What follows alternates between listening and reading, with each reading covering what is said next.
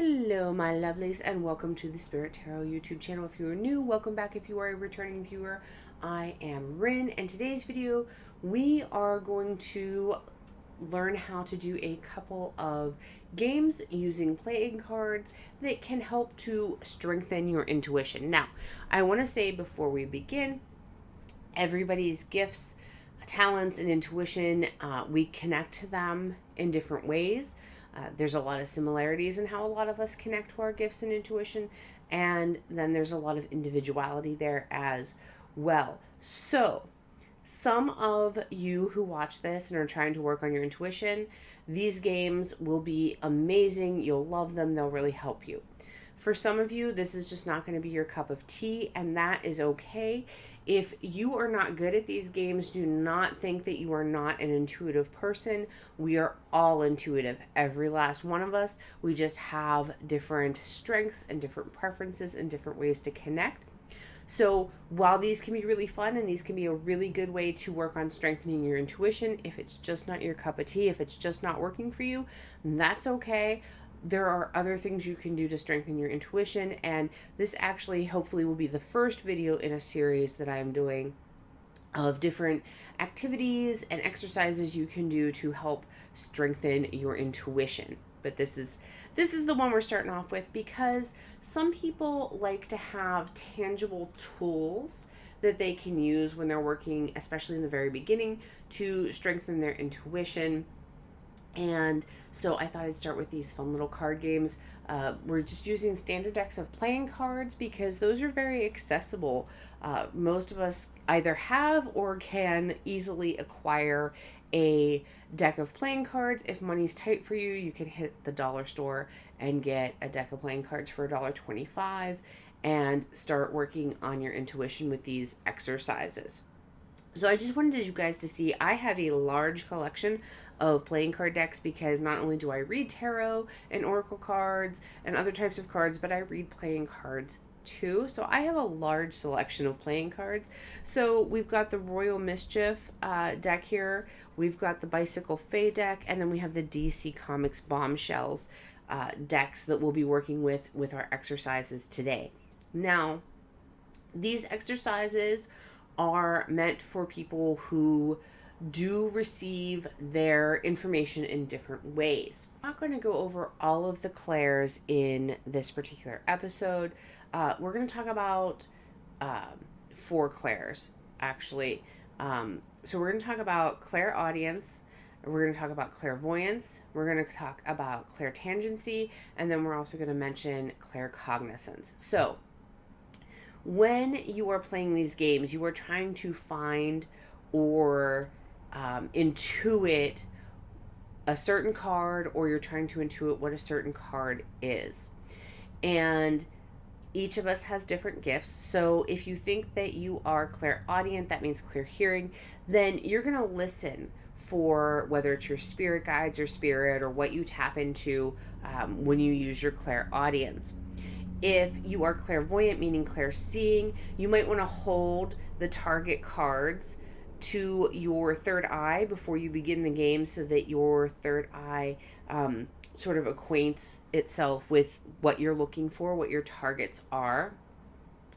If you are clairtangent, that's touching, so you may want to feel the card to see what the target card or cards feel like. And if you are claircognizant, claircognizance is like a spontaneous knowing. So if you just tend to just know things, you're going to sort of just sit and meditate on the target cards so that your body and your gut and your intuition is attuned to that. And then you'll use your claircognizance to pick out the target card or cards. Now, there are other clairs out there. For instance, there is clairgustance, which is tasting. Now, I don't recommend licking your playing cards, but if you want to go full out Willy Wonka and see if the schnozberries take like schnozberries, who am I to stop you? You don't know where these things has been, so I wouldn't recommend licking them. But if that's your thing, well, then you do you. I'm not here to judge. So, With that said, I am going to make chapters in this video so that if you like a particular exercise over others, or if you want to work with a certain one at a certain time, you can go directly to the type of exercise that you want. But there will be 3 different ones, hence why I have 3 decks here, that we're going to look at in this video. So without further ado, let's get to the first one. So this first exercise that we're going to do is called the Ace of Spades exercise. Now, I originally learned this from Ellen Dugan's book, The Natural Psychic, which is a book I do recommend. I know that there are people that have their feelings about that book. I personally enjoyed it and found it helpful, and this is where I first learned that exercise. Now, a lot of the stuff that I teach you guys, it's just stuff that is just around. It's just sort of ubiquitous. It's things that are just tried and true that psychics and tarot readers and intuitives just have used for a long time, and we don't know the source of it. I don't know that Ellen Dugan actually created this, but because I know that that's where I learned it, I like to tell you guys where I learned things if I can remember a specific source. A lot of stuff in cartomancy and the psychic world is sort of, I guess you'd call it universal knowledge. Like, we don't know who the first person was to think of it, and it's just so ubiquitous, like everybody does it, so there's not really somebody to credit for it. But when I do know where something came from, I do try to credit that source. So Ellen Dugan's The Natural Psychic is where I learned this from. Again, I don't know that she is the creator of it. It's just that she talks about it in her book. And so I just like to pass that little tidbit along. So what we're doing, it's very straightforward. You're going to pull out your Ace of Hearts, you're going to pull out your Ace of Diamonds, and your Ace of Spades. In this game, the Ace of Spades is always our target card. So what you'll do is you just put 3 cards together, and then you're going to shuffle them so that you can't see which card is which. Shuffle as long as you like, and then you can either stop when you feel like the Ace of Spades is on top, or what you can do is lay them back out. Make sure those are in a good line. Oh, let's move this down a little bit because I don't like that light reflecting on there. All right, so you're going to put them in a line, and then, you know, if you are clairvoyant, clear-seeing, well, then you'll try to see which one is the Ace of Spades.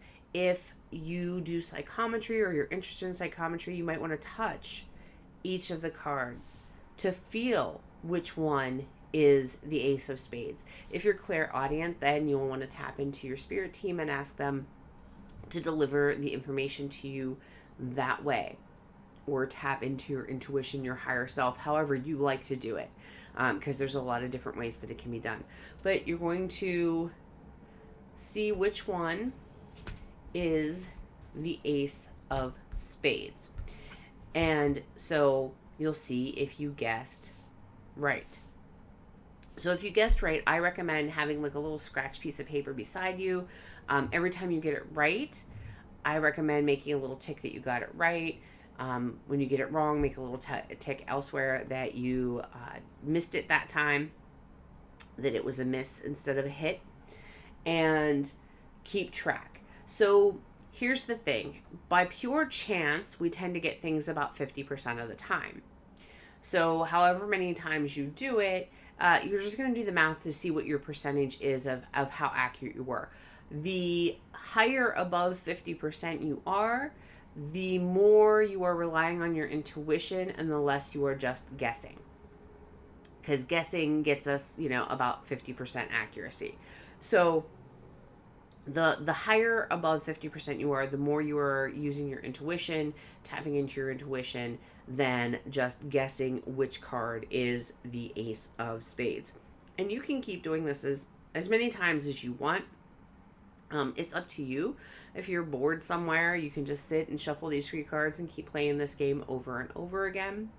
It is a fun and easy game.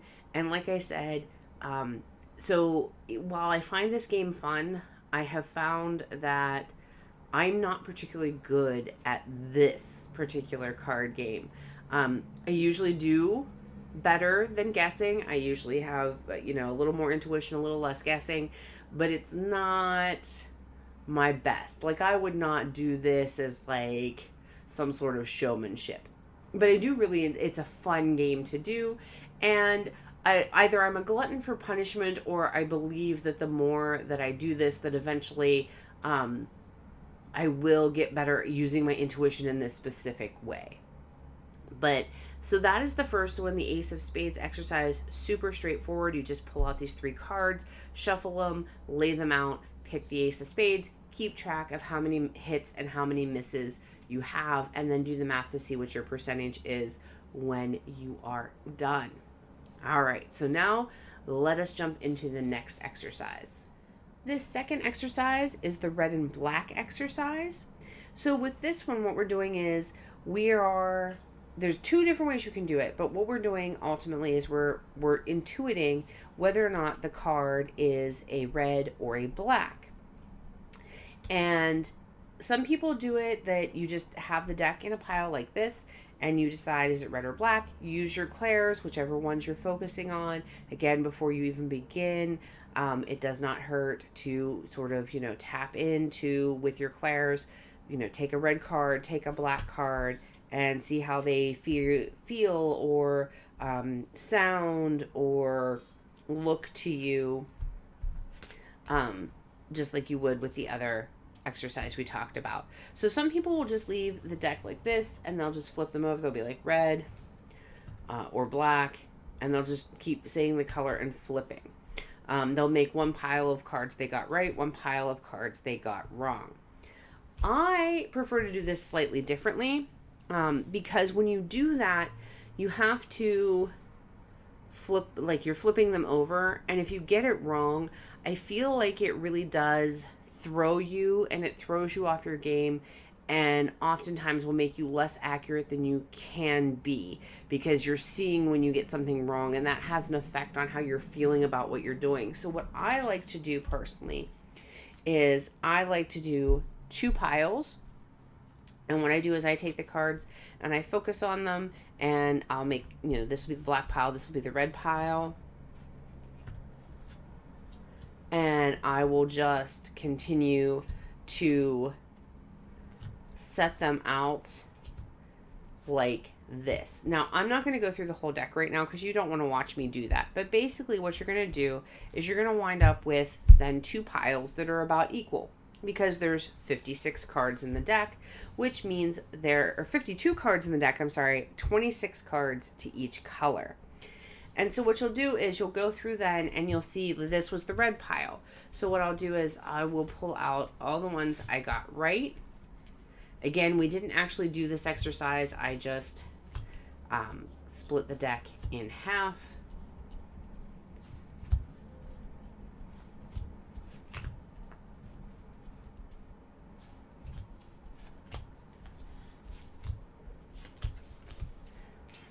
And then this is the black pile.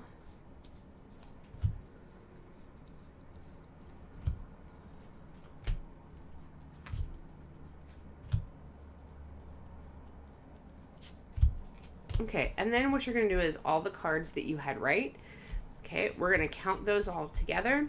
1, 2, 3, 4, 5, 6, 7, 8, 9, 10, 11, 12, 13, 14, 15, 16, 17, 18, 19, 20, 21, 22, 24, 25, 26, 27, 28, 29, 30, 31, 32. So if I had actually done this, I would have had 32 cards right.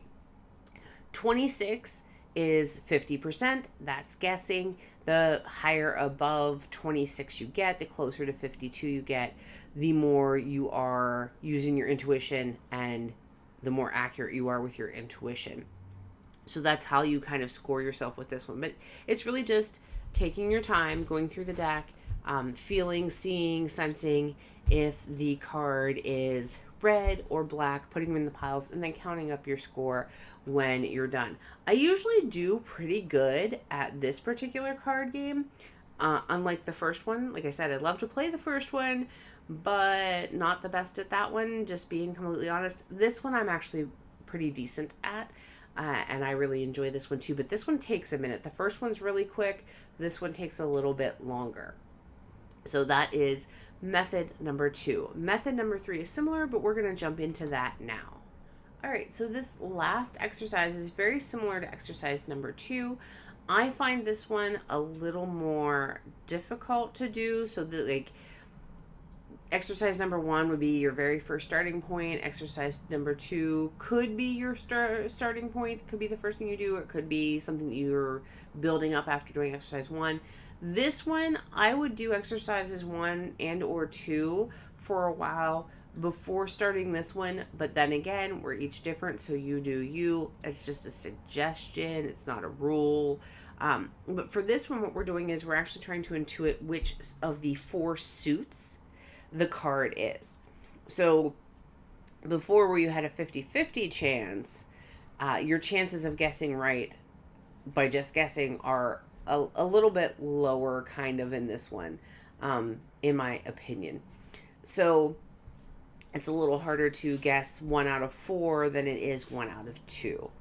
So again, what you'll do is whatever sense you want to focus on, acquaint yourself with the cards through that sense. Again, you can flip them over one at a time. Like, you could say clubs, flip it over, and then right or wrong, hit or miss. I, again, don't like to do that. You can, I didn't do it, but you can pull your aces and lay them in piles if you want, so that you know which pile is what to start out with. But again, I like to do the piles and then tally it all up at the end, because I feel like that way you don't psych yourself out and throw yourself off your game. And so just decide which pile is which.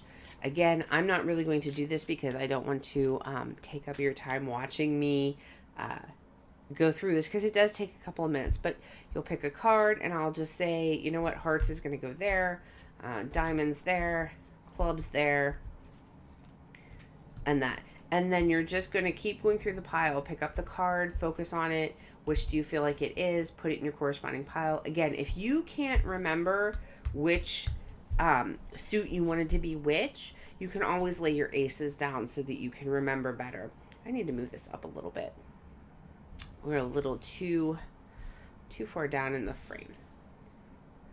There we go. That's better. And so you'll just lay your cards out. So I'm just going to do 4 stacks. Again, we know logically they should be about even, because it's an even number of cards across the suits. But then what you'll do is you'll just turn them over, and let's say this was clubs. We got 1 right. Discard those. Let's say this was hearts, because I don't remember which I laid down.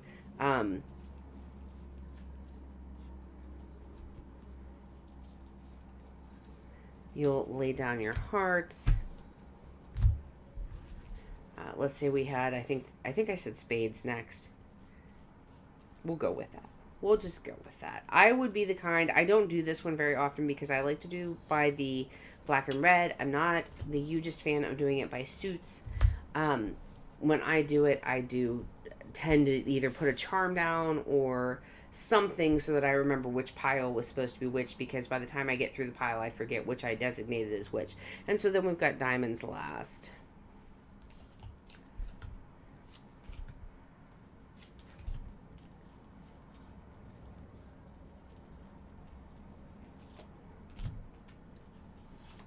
And so once you've separated out all of your hits, all of the ones that you got correct, you'll put them all together. You'll add them up. 1, 2, 3, 4, 5, 6, 7, 8, 9, 10. If I was actually playing this round, that would be a very, very poor round. Again, what you're looking for is anything over 26, anything over half correct. That is more intuition and less just guessing. So that is how you do this game and score this game as well. Again, this is very similar to exercise number 2. I personally think this one's a little harder. Maybe that's just I perceive it that way, and it is because I perceive it that way. Feel free, if you try these exercises, let me know. As I said at the beginning of the video, this is hopefully the first video in a series of intuition and psychic senses exercises that I will be sharing with you.